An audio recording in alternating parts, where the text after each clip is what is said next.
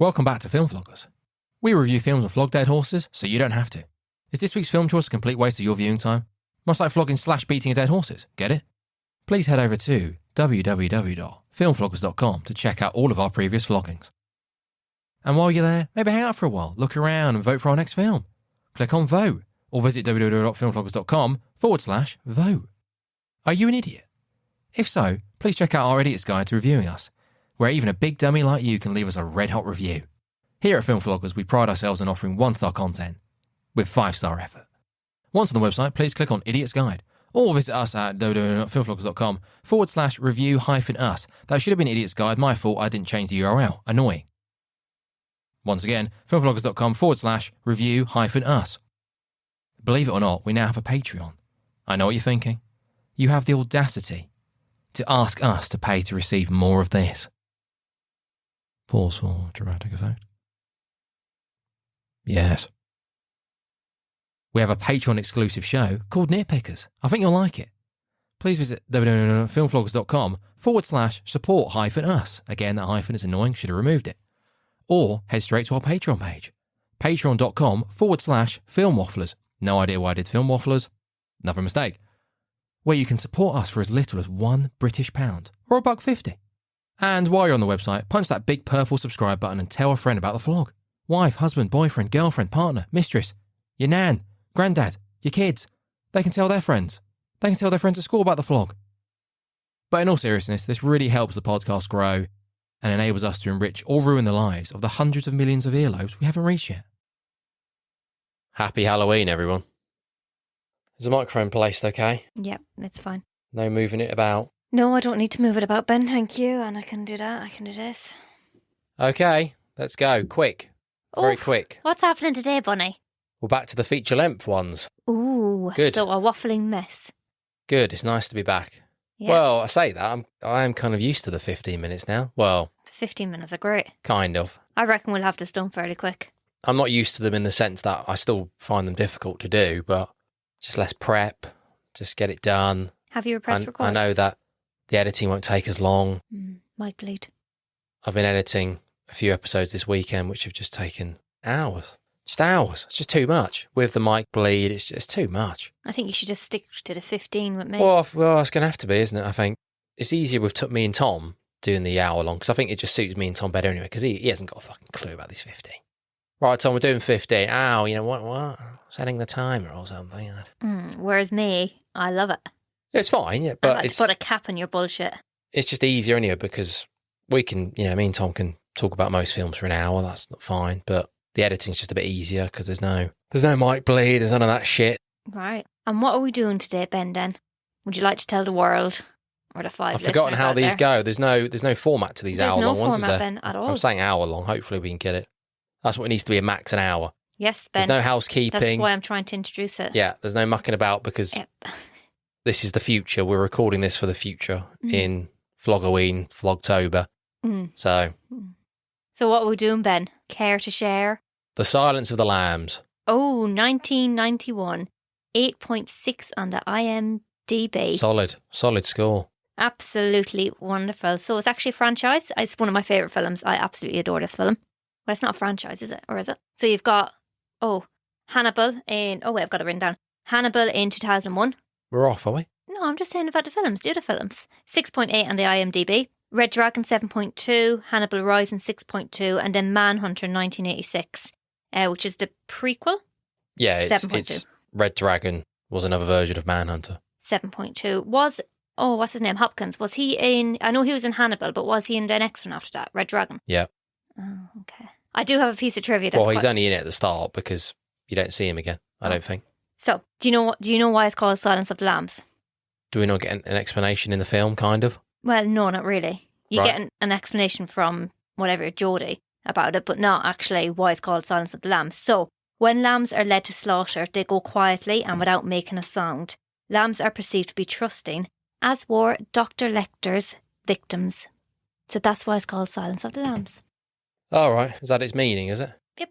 Do we have a number on how many people Dr. Lecter's apparently eaten and killed? It's never explained, is it? There was something on it, but it was only like, you only seen him kill 2 people on screen, 3 people on screen, whatever it is. No, it's not really implied that he he ate most of his patients? Yes, it is. Is it? He's Hannibal the Cannibal, Ben. Yes, because his... Was it only his patients he was eating? Well, I'm assuming he ate his victims. So it's not his patients. Yeah, whoever he okay. killed. I mean, his patients became his Yes. victims, Yeah. who he then ate. Well, yeah, he ate parts of them, didn't he? Well, I think he was eating all of them, wasn't Don't know, maybe he was cooking up the liver. I don't know. he? Yeah. I don't know. And the what he was rest? doing. I don't know. Was he cooking up an eye? An arm? I don't know. I think he's just eating them, yeah. All of them. Lovely. I think. Is that explored in the Hannibal TV series? Maybe. I think it's explored somewhere. Is it explored in Hannibal, the next one? I Is remember me and you, we watched something and it was like him putting on food and it was human Well, in food. Hannibal, he starts eating Ray Liotta's brain. Is that it? He's got it on the pan. Yeah, I think so, yeah. Yeah. And Ray Liotta's completely like fried, just Yeah. sitting there dribbling because bits of his brain has been taken out to be eaten. Lovely. Well, it's quite good. It's obviously a bit silly. It's a silly film. I don't think it's particularly that great compared to this. Well, yeah, this is executed I haven't seen that brilliantly. for years, to be honest, but it's nowhere near this quality, no. So, quick synopsis. Clarice Starling is an FBI agent seeking help from Hannibal Lecter, a psychopathic serial killer and former psychiatrist, in order to Quick synopsis. Thank In God it's order not to- 15 minutes of flog. We're not talking over each other as well. That's a thing. I'm going to really try my best not to do that. Okay. In 15 minutes of flog, it's a real problem, and I do it all the time because obviously I don't really care what you have to say. Can you 'cause let me I'm finish my just- fucking synopsis? What have I just said about not talking over each other? Because you're not letting me finish my synopsis, Ben. You were butchering In it. order to I'm doing you a apprehend favour. another serial killer who's been claiming female victims. That was it. You had a line left. Yes, I couldn't say the word apprehend, Yeah. okay? Let's be careful of talking over each other. Who directed it? Difficult. Editing. Very difficult. Who directed it? I don't know. You tell me. How come you don't know this, Ben? How come I'm the one left to do all the work This these is days? the only thing you do. I know. Jonathan Demme. Yeah. He actually died of esophageal cancer and heart failure in 2017, bless him. Didn't really know any of his previous work, to be fair. So I didn't really write it down because I didn't know any of it. That's useful. Something about Rachel getting married. That was one of his movies. Never heard of it, but Yuan's in it. Anne Hathaway. Very beautiful. That's all I know. Anything else? Nope. Oh, that's annoying now. Yes, Ben, in the feature lengths, you always do the directors. Because I never have a clue. Not really. Sometimes. Actors, who's in it? Is this part of... Do we normally do this in our... No, but... no, I was editing The Wizard of Oz. Yes, we did And start. that's when you started it. Yes, synopsis. Synopsis is very important, I believe. So you've got Jodie Foster as It is if it makes sense. Clarice Starling, known for quite a few films. Panic Room, loads of fucking films. You've got... That's one. Anything else? No. You've got, what do you call him, Anthony Hopkins. Can you not name any more Jodie Foster films off the top of your head? Nope, I can't. Panic Room. What have you been doing down there? I've been doing my trivia, Ben. I'm bullshit trivia queen. I'm not fucking actress queen. Do you know? Okay, go on, go. Taxi Driver. A very young Jodie Foster in Taxi Driver. Right, next. Oh, he's thinking. What's the one on the plane? Snakes on a plane. Not Flight Plan. Flight mode. What's the one on the plane? Christ, when she's with her daughter. Don't know. Oh, no, it's not prepping for this. You see, Ben, that's the problem. You Well, always I do used- actors. I used to I sort don't of- understand this. Well, I do understand What it. have I just said about talking over each other? You just Let's talked try over and me. stop it, shall Okay, we? Yes, Ben. I used to do this, but then I just got bored because I had so many notes and so many things that I maybe wanted to talk about. I was like, I just don't have time. I just don't have time to do the trivia. And maybe when I was with Tom, I was like, I'll try and do a little bit. But then either that, neither of us are that fussed about it. So we just talk about The film. the film. Yeah. Right. So you've got Anthony Hopkins as Dr. Lecter. He's also in Hannibal. What other films is he in? He's in loads. Loads of films. He's very good. He's very good. Oh, can't tell you my trivia just yet. But Sean Connery passed on the offer of being in this movie. He said that the movie was disgusting Sean Connery. and wouldn't dream of playing the part of a convicted cannibal killer. Oh. Well, it's one of those where you can't, it's difficult to even imagine anyone else. When people are in a role and that role's iconic, or they put in a good performance, it then becomes very difficult to go, oh, imagine that. Sometimes you can think, well, I think based on the fact they're a good actor, you can think, oh, that may have worked. Sean Connery. Yeah. I just, no, absolutely not. Apparently, Anthony was in mind from the get-go, but they did consider Connery at one point. So yeah. Then you've got Ted Levine as Buffalo Bill. Really like Buffalo Bill in this film. He's very odd man Well, thing. it's... Whatever. There's several very iconic scenes in this film. Yeah. But I think Buffalo Bill, Hannibal Lecter are just some of the most iconic characters you're going to find in film, full stop. Well, yeah, it's just phenomenal. Absolutely phenomenal performances. So I think, can't remember exactly, but I think, what do you call him? Anthony, he won Academy Award for Best Actor for this film. He only had 16 minutes of screen time in total in an hour and 58-minute movie. Yeah, well, that's all you need. It was quite controversial at the Oscars, apparently. That, their win. His win? Yeah, because he only had a certain amount of time on screen. Jodie won Best Actress. Why was that controversial? Don't know. But if anything, that should be applauded, shouldn't it? That's the point. Yeah. If you have Hannibal on screen for too long, it wouldn't ruin it, but it's so much more effective because he just pops in and out. He's not on for too long. You wouldn't get bored of him doing his stick.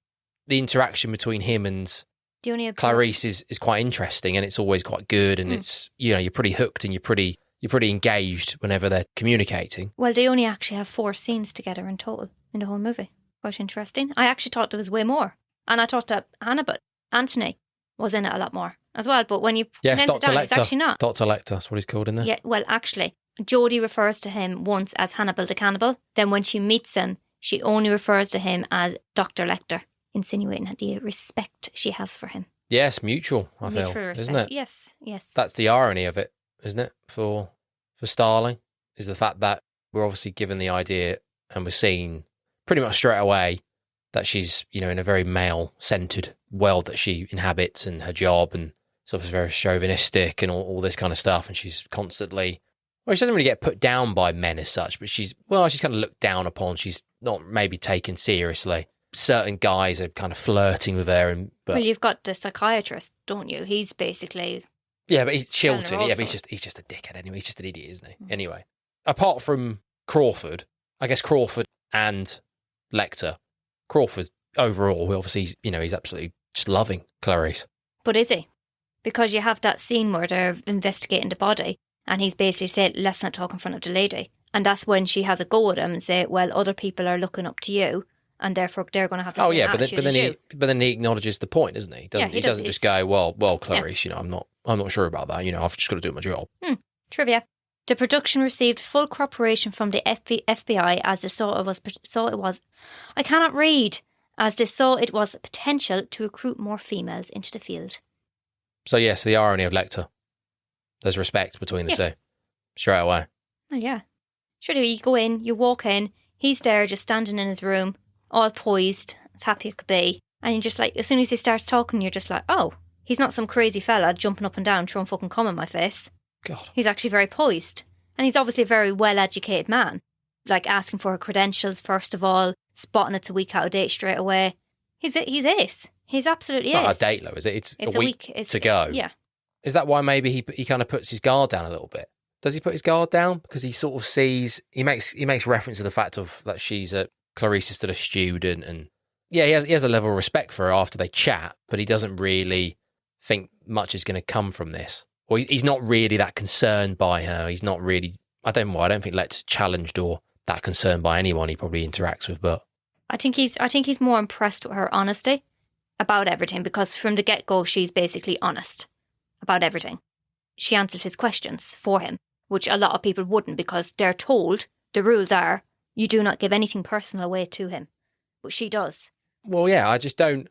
Lecter and Crawford just seem to be unbelievably impressed with Clarice. They're just overawed of just how great she is, which is fine. I know she's doing very well in the academy, and she's top of her class, and la-da-da-da. She's what does she do? Criminal psychology. She's got lots of degrees. She's going to be a star in the FBI. So that's fine. I'm getting that. It's just, in some ways, when I'm thinking about it, I just don't see why Lecter's so on board with her. Other than the fact that she engages with him and she respects him, and they have a reasonably good chat. She plays his game, the old quid pro quo, all that silliness. Lots of silliness. Lots of games from Lecter. He likes a game. And probably the fact that he hasn't seen a woman in 8 years. That might be something to do with it as well. Well, highly impressive. Maybe initially. Highly impressive. When he's taken a whiff of her, he's able to tell exactly what perfume she's wearing or what cream she's using. Highly impressive. Would you know what perfume I'm wearing? That's all part of Lecter, though, isn't it? It's all part of the mystique of Lecter, isn't it? That he's so well versed, and he's got such, a heightened sense of smell because he eats people and all this goodness. Do you want to know how Hopkins prepared for the role for this? Because he does a very good job, doesn't he? What else? What else have we got? Let's just leave the trivia for now. Oh. What else have you got for me? Well, what do you want? I don't know. All I've got is trivia. General chit chat. This kind of feels a bit weird, actually. It feels really weird. I feel as though we're dragging this out. I feel a bit out of place. I feel like I'm sort of stuttering over my words because you are. Because I'm thinking about, 5 minutes. I'm going to be told the time's up in a minute, or I'm not used to just being able to relax. But at the same time, I don't want it to drag too much because you want to make it fun. I just think doing this film at this precise time is probably not the best because I've just come away from a weekend full of editing, and it's just made me feel so unwell. Anything over an hour, it's just like, oh my God, horrific. Right, you're doing a bit of trivia about Migster, so tell me a bit more about Migs. Migs? Yeah, it's Selma. Well, I was going to just say about, what are you classing this film? Would you say it's a horror? Would you say it's a psychological horror? Right. Well, more so probably psychological thriller. Thriller. I would say. It's a thriller. Yeah. Yes. I wouldn't classify this as a horror No. because it's not scary. The concept of it is very scary, of, a man, psychiatrist, very well-educated man in a field where patients trust him, is literally eating his patients. And he's very manipulative, very coercive, all of that type of stuff. So the idea of it is, yes, scary, but it's not a horror film. It's a thriller. It's suspense. It's a thriller. Yes. Yeah, well, there's elements of horror in it, isn't there? I think there's been like an ongoing debate. Well, has there been a debate? People pose the question about is this film a psychological thriller or is it a horror? And I think realistically it's got an element of both. But I think the horror comes in a little bit. But yeah, it's also 1991. Maybe, what's that got to do with anything? Well, I don't know. Stupid. I just think they're like other horror movies nowadays. I don't know. Still doesn't make sense. It doesn't. Just go on. Edit out. Yeah. Well, we're doing it for Halloween, so Halloween, you link horror. That's what we're doing all these films for. We're doing horror films, so I guess in some ways you could say, is this a horror film? Well, no, it's not, but it's got elements of horror in. A very bloated chat about if it's horror or not. Yes, that's your answer. Psychological thriller with some horror sprinkled in. So what's after popping into my head there? You know that scene in Con Air when they were releasing Garland Green from the plane? Yes, that's and he's got the mask a riff on. Yeah. Yeah. Is that where that came from? Well, I imagine so. Ah, right, okay. That makes sense. It's pretty similar, isn't it? Yeah, it is very, very similar. So I was just thinking, oh, cool. Okay. That assault course start, I was like, oh my God, that's just so lame. Crawford wants you in his office, even though he wasn't there when she turns up. So they weren't going to open with that scene. It was Jodie that said that we should open up with a different scene. So they were going to actually open up with the scene of them in the shooting range where, not shooting range, but they're doing the thing like freeze, they're practicing the moves or whatever. And he comes up behind her and says, you're dead because you didn't check the corner. They were going to have that as the opening scene, but Jodie said, well, that's been tried and tested so many times. So why would you do that? Change it to something that shows her strength, just shows that she's able to do it, all of that. Well, the assault course is showing her strength, isn't it? She's climbing up stuff, yeah, that's she's what running, I mean. That's why she said fit. to do that. That's why they said to do that one. Oh, right, I thought you were talking about, yeah. No, that's but also I think the assault course is in the book. Oh, is it? But I think the film is pretty faithful to the book. I might read that book, actually. I might. I think it'd be quite good. I think it's pretty much spot on. There's a lot of scenes that are shot for shot from the book that are taken straight out of the book. Lines of dialogue are taken straight from the book. I think it's reasonably faithful. What's the author's name? I have to change the page. Hold on. Thomas Harris. Oh, for fuck's sake, we should have this, should we not? Have you got this? I've got it written down, but hold on. Oh, that's for fucking Irish. Yeah, make as much as possible. Yes, but you want to edit all this out, Ben. So No, that's the point, Fiona. You can't edit it out. Oh. Why do you think I kick off about the paper noise? I can't get rid of it. Right. I wouldn't kick off about it, would I, if I could? So, the novel is by Mr. Ted Harris, 1988. I thought it was Thomas Harris. Ted Harris, according to No, I think it's Thomas Harris. I was going to say Thomas. But you didn't say Thomas. Yeah, scroll through a bit more. That's all I got. So it's Thomas Harris. It's Ted Harris. It's not Ted Harris. I think that's wrong. Now you're making me doubt myself. Why did I write Ted Harris? No one's got a phone, so they can't check it's Thomas Harris. Right, anyway, so what about him? No, I'm just telling you that's who the book is by. He also wrote the other books. Thomas Harris, yeah. Ted. So yeah. It's not Ted. I was going to say Thomas, but I just couldn't think of the surname. And you said Ted Harris. I was like, oh, hang on. Oh, Thomas. No, it's Thomas Harris. Whatever. I don't really care. No, I was about to say we don't have time. We do have time. We do have time, Ben. Unlimited time. We've got all the time in the world for your bullshit. No, I don't need it anymore. These episodes, as I said, these episodes are different because they're part of 31 days of goodness, of fun. Right. 31 episodes. Fuck me. Right? Where are we then? I don't know. I'm not used to this. I just want to give you my trivia. Right, so should we talk about, what should we talk about? The scenes between Clarice and Dr. Lecter? Well, yeah, all of them. Right. Well, the opening. What, the scene where she first when they first meet? Yeah. Well, yeah, it's just amazing. I just love this film. What do you want me to say about it? I don't know. What are your thoughts on it? Well, it's really good. You can see that she's very, very nervous about meeting him initially, but she holds her own. She gives him the credentials, answers the questions that she needs. She's polite, as he says. She's, what's the word?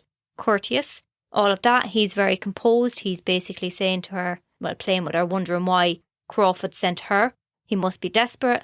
He takes mockery out of her accent. What accent is it? I don't know what accent that is. But there's an accent that was improvised by Hopkins, so Jodie's actual reaction was true to that because she wasn't expecting him to do that. Oh, you mean he was actually mocking her actual accent? Yes. That's how she speaks? That's how she speaks. Yeah, so she wasn't putting on it. He was, yeah, right. Yeah, but he was implying in his speech that she was putting a different accent on. She was trying to hide her. She was trying to hide her accent. It's like Kansas or something. He was. Yeah. I'm not sure where Jodie Foster's from in real life. Don't know. Right. So yeah. What do you think of that scene? What's the line about the shoes? Which is funny. What does he say? He doesn't say second-hand shoes. What does he say? Second class. Second-class shoes. Is it? I don't know. Oh, I feel like I've not done anything for this film. Yeah. I feel like I should have had quite. Yeah, but I've done loads, but I should have put quotes down and stuff. Less trivia, more quotes next time. Right, Ben. Why don't you do something for once? You're not bringing anything to the table. Well, I am. I'm just thinking about quotes, and I didn't write any of the quotes down. It's your own fault then, isn't it? Right, well, let's get away from that for a second.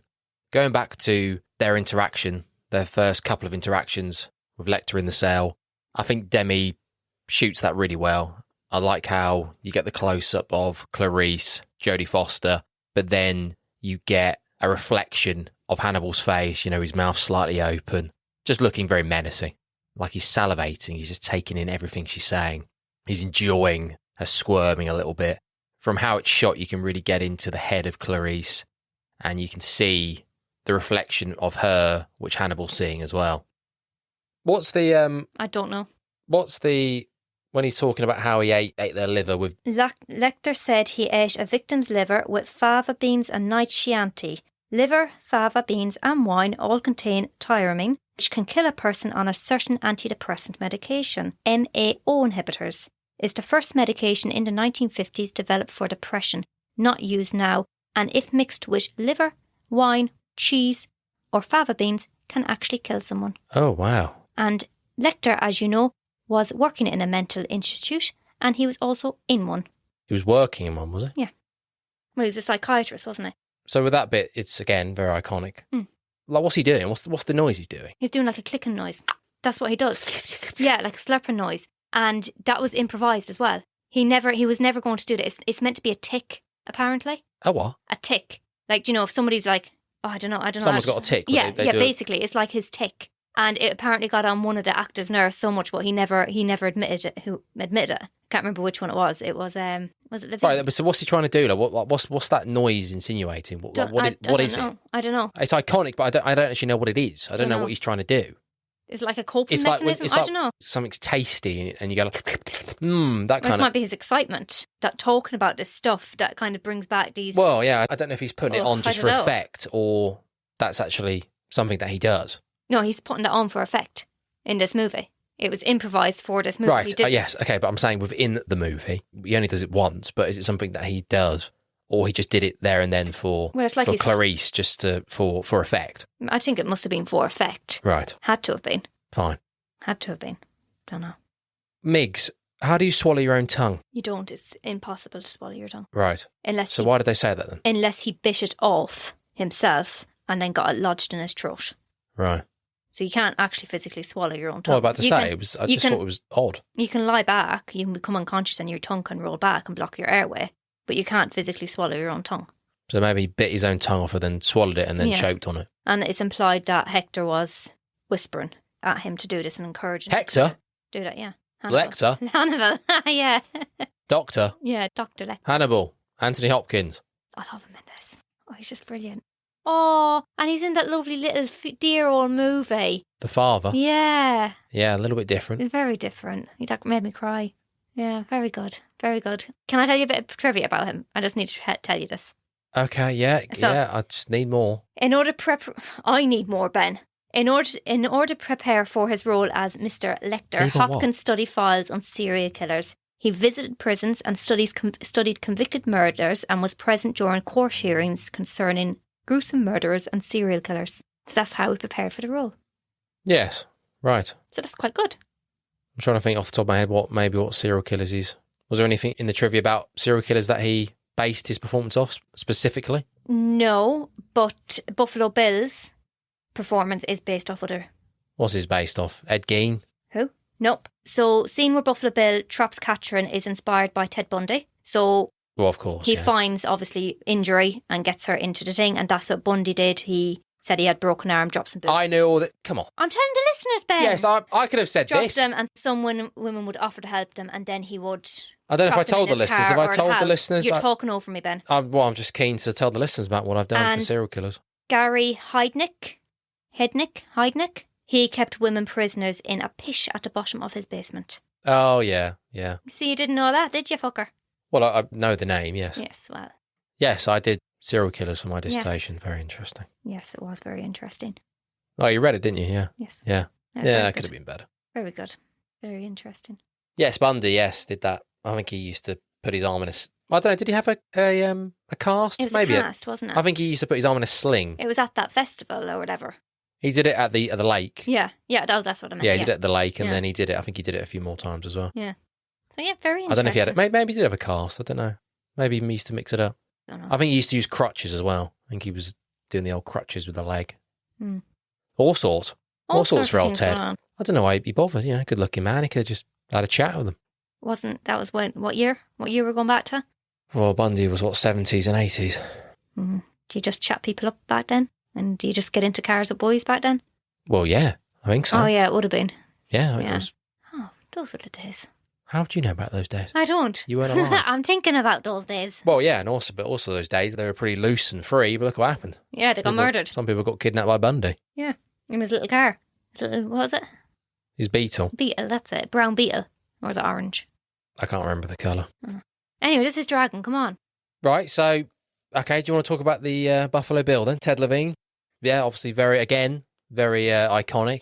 Well, it's everything, isn't it? It's the performance, it's the voice, The tuck scene. it's some of the scenes that he's obviously in, the lotion in the basket is just, it's just phenomenal, isn't it? It's so good. And he never refers. So you have that scene where the mother of Catherine is, making an appeal, and she's using her name over and over again to make her feel more human, or to make her sound more human, or whatever it is, that she's a person. And he never refers to her. He says it has to put it in the basket.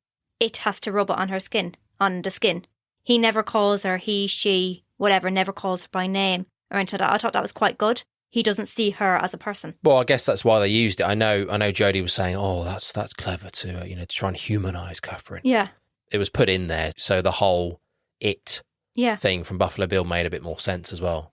I'm guessing that must have come after, because Oh, yeah. Yeah, of course. put it in the basket must have come after the news report, because then obviously that makes sense, because he may have seen that, he would have seen that, because obviously he was collecting the newspaper clippings and confirms that it didn't have any impact on his thought process. And his iconic dance scene wasn't going to be it was in the book, but they were going to drop it from the movie.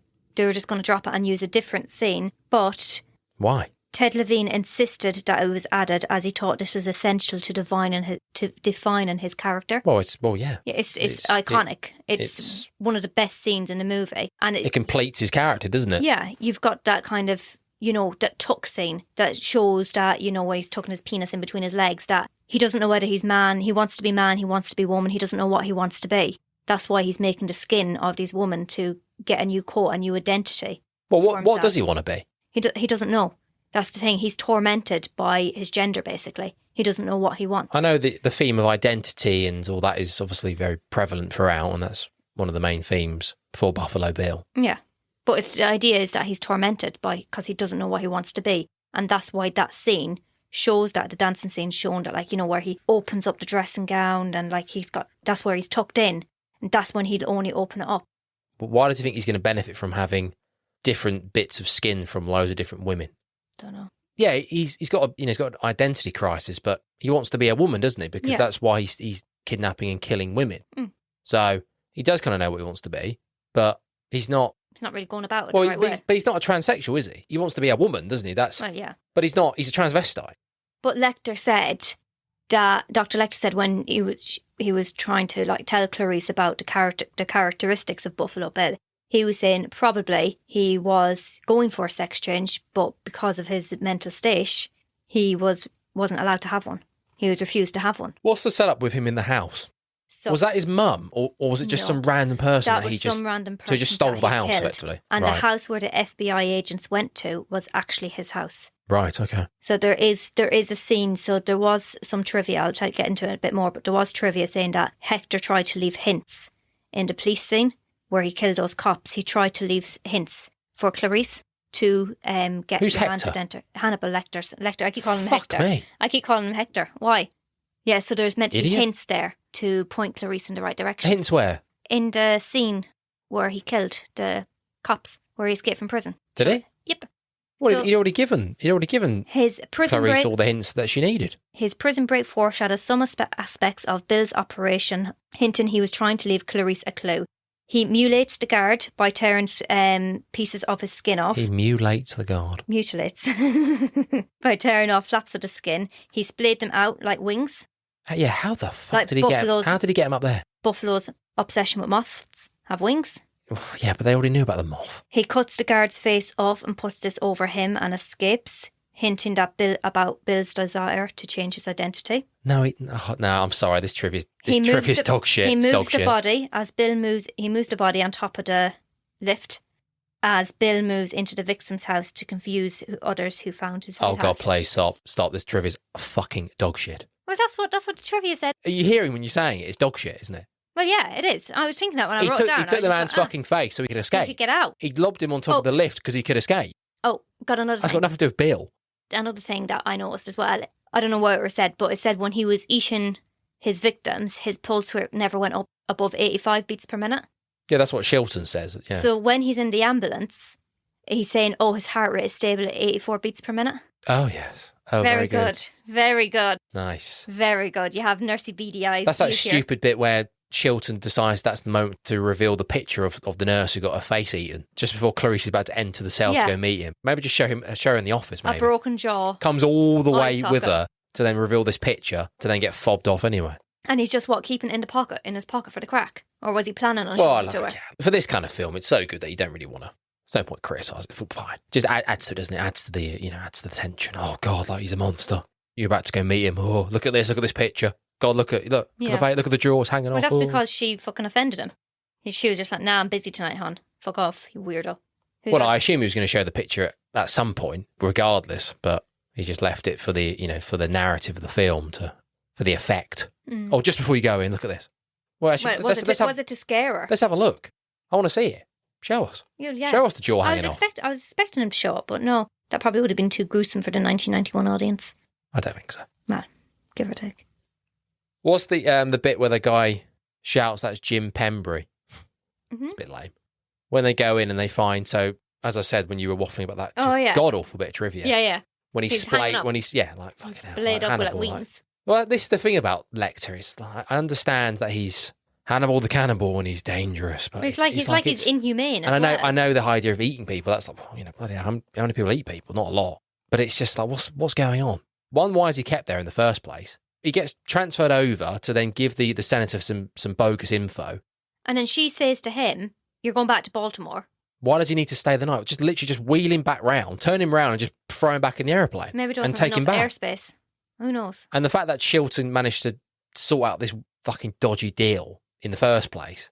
Again, I don't want to go into the plot and stuff and start criticising. It doesn't matter. The concept of then him going into this courtroom for the evening. Well, he was in this fucking cage with then two cops, no surveillance, Well, yeah. two cops looking after him, going into the cell. Yeah, he's fine. He's been handcuffed. Okay, but It's Hannibal Lecter. He was in a fucking dungeon, locked away behind glass panels. You weren't allowed to give him anything, but yet he's been given like knives and forks to eat with. oh no, I don't think so. Whatever I he's assume it's eating. plastic, is it? He's been given he's given everything. He's got that thing to stop him from to cover himself when he's on the toilet. He's got that has nails in it. All sorts of shit. It wasn't what's the word? I don't know what the word is. It was what? It wasn't mastered properly, that scene. Executed? That's the word. Thank you. There was a thing on, I think it was like a Reddit thing, where someone said that Buffalo Bill was made by Lecter. Lecter created Buffalo Bill as as an insurance policy. All this idea of escaping and stuff was all part of the plan.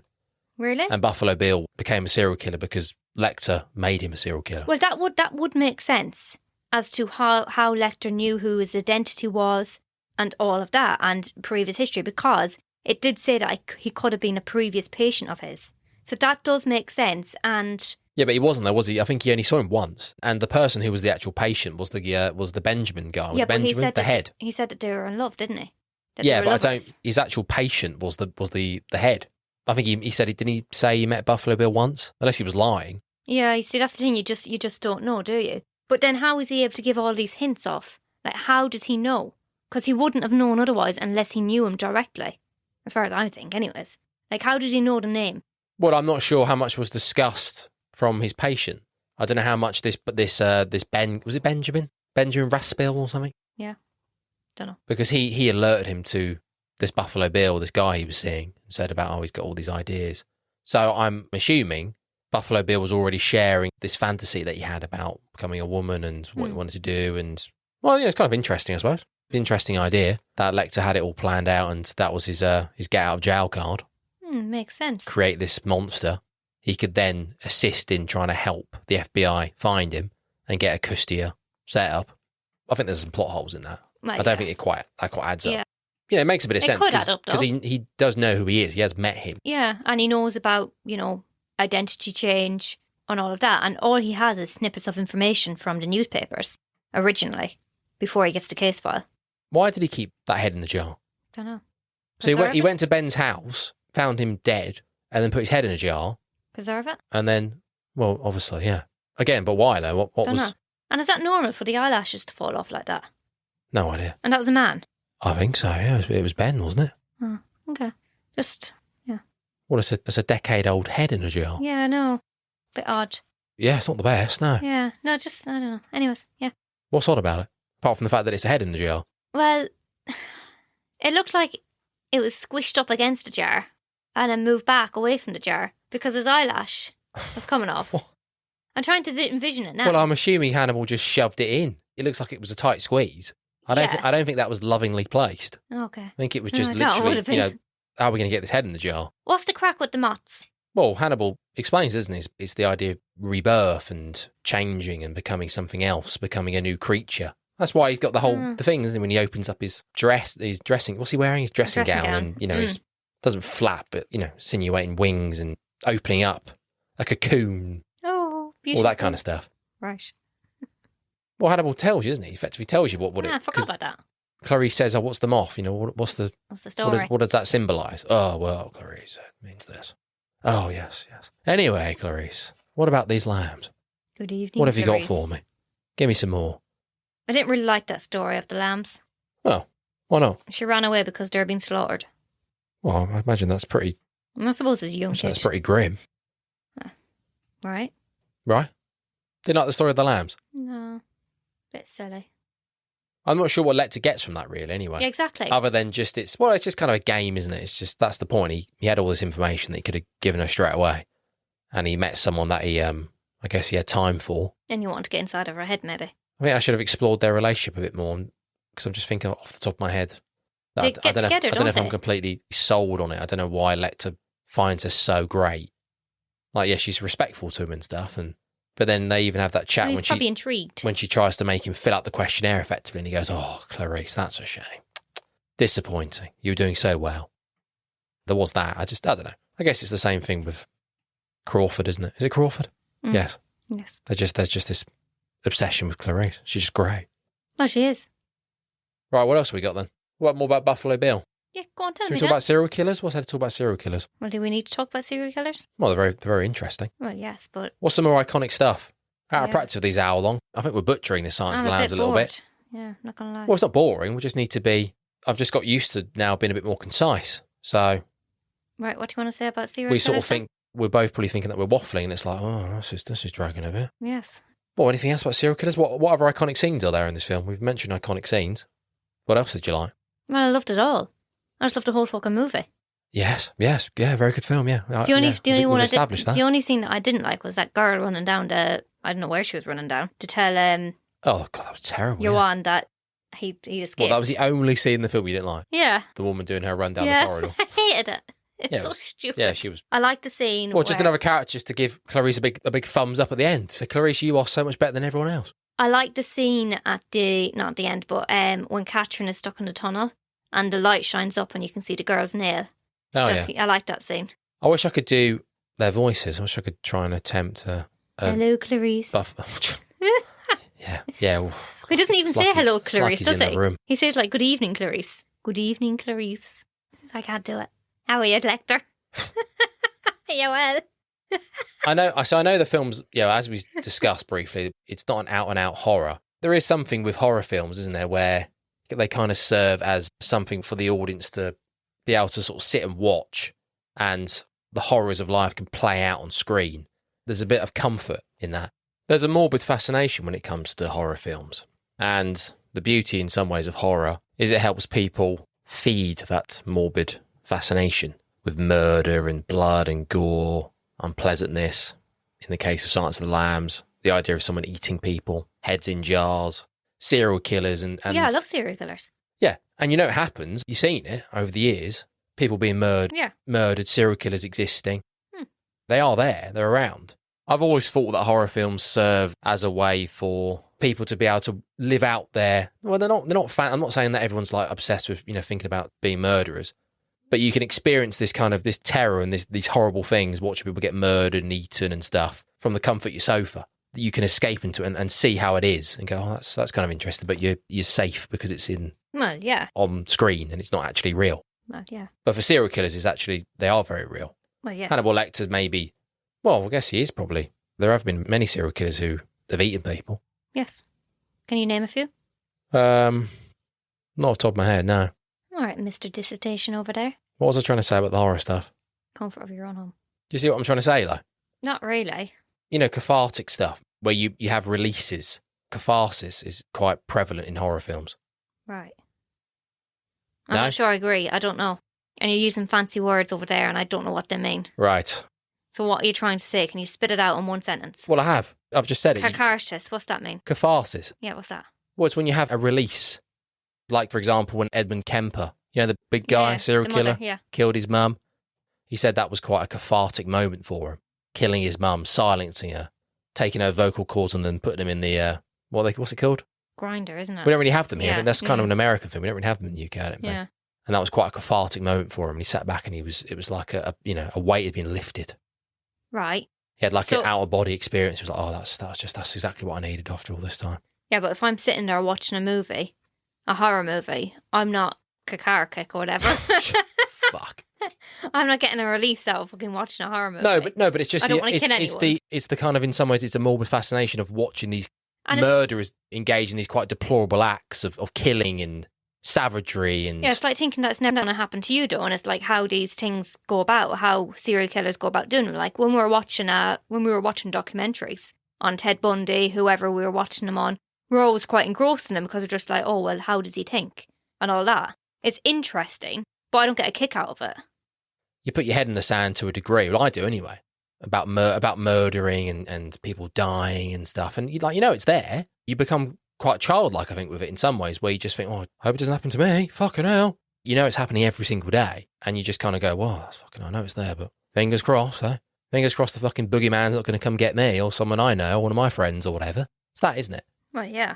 And that's why something like when you watch maybe a horror film or a thriller that's based in like someone coming into your house, for women, that's in particular, well, for everyone, but for women, there's that fear of someone coming into the house at night. I hate being home alone. Breaking into their house. That's because it's very realistic. Oh, yeah. Out of maybe everything. Well, that's the one thing. People's fears, the idea of a serial killer breaking into your house as you sleep, it's like, fucking hell, that could definitely happen. Christ. So that's quite scary. Realistically, you watch a horror film, you watch like someone being eaten, you're like, that's not happening, is it? Yeah, you've heard about it happening, but like how often is that happening? Not very often. Oh, it is. Maybe someone coming into your house and breaking in, you're like, well, that could happen, yeah. That's potentially more scary. I don't think Silence of the Lambs is really like a horror film. It's not scary as such. It's not scary because it's not, you know what's happening. Nothing really surprises you. It's being set up. It's either explained to you in advance, so you're not surprised by when the next scene happens or when there's a reveal of something. It's already been set up. It's already been explained to you. Okay, I think you're really overcomplicating what you're trying to say, Ben. No, I'm saying something else. What do you mean? What are you saying now? I'm really confused. I'm saying about how Silence of the Lambs, how it falls, if we're talking about horror, how it falls into horror. And it's not your conventional like jump scare horror or it's not particularly scary. It's playing on people's fears. Yeah, well, kind of. Yeah, what fears? Well, any. The idea of a serial killer breaking into your house, like you just said. Yes, I know, but I'm just saying, as if we were looking at Silence of the Lambs as just in the scope of horror. Right. It's not a conventional like jump scare. There's no jump scares. There's none of this shit. It's creepy. It's unsettling. Well, yeah. As opposed to it being like a conventional. Lecter's very scary, isn't it? Very creepy. Yeah, he's creepy. Yeah, you're not scared of him. He's just creepy. Because that probably goes into what I'm trying to say about this whole idea is that it's in some ways it's not really, you don't really look at it and think, how realistic is this? And a lot of films aren't realistic. That's kind of the point of a lot of them. Stuff like Michael Myers and Jason. Well, I don't think there is these unstoppable blokes or entities that just won't die. You're kind of okay with that. You don't get too scared because you're like, well, I don't think these guys exist. Hannibal Lecter, he doesn't exist specifically, but people like him do exist. There are serial killers who are like him, who have been like him, or maybe share his same tendencies and character traits. So that's a bit more realistic. I've got a piece of trivia on that point. Did you get any of what I was just saying there? I think what I was trying to say was actually kind of interesting, but... I think you overcomplicated it for me. No, I can't explain why. I don't think you understood what I was saying, which overcomplicated it. Right, okay. So... do you ever hear of white coat syndrome? What is it? It's people's fear of doctors, dentists, anyone that wears a coat. Yes, they automatically have a fear. Hannibal Lecter wears white in every single scene. Yes. In this movie, and that was to play the fear of many people's fear of doctors and dentists. And Anthony Hopkins insisted on this in the movie. I think that's quite interesting. Is it? Yeah. Well, I guess he's going to wear white because he's in prison, white. Isn't he? No, you wear yellow or orange or one of those colours, one of those funny colours. You don't wear white in prison. Well, I think you can do. I think you can wear white. Well, no, you're not wearing white. Right. Well, it makes. I think that was very good. Yes, I suppose. Well, it's better than the other bit of trivia. White coat syndrome. Very real. The white makes the blood, show up a bit more when he's butchering a bludgering old. Tim. What's his name? Jim Parsons. What's his name? I don't know. I just know the other guy, Jim Pembry. Oh, that's the one. But that's the guy whose face he borrows. Oh. That fantastic bit of trivia. He borrows the face like Buffalo Bill borrows the skin. Well, that's what it said then. And then he throws the bloke in the lift like Buffalo Bill does when he throws people around. That's what it says. What the fuck? Here I am saying everybody wants to sit down and kill somebody, but in the comfort of their own home. What? No. Okay, go on anyways. We're not talking about that right now. No, I was... No, you don't need to explain yourself, Ben. I know I don't, because I think it was a good point. That's fine, you don't need to go on about it. I maybe didn't sort of verbalise it as well as I'd like. Yeah. Because I've got one sentence here. I'm like, oh yeah, but then obviously I'll now work off that one sentence, and I'm thinking, I've got an idea what I'm trying to say there in my notes, but I just need to think about it on the spot.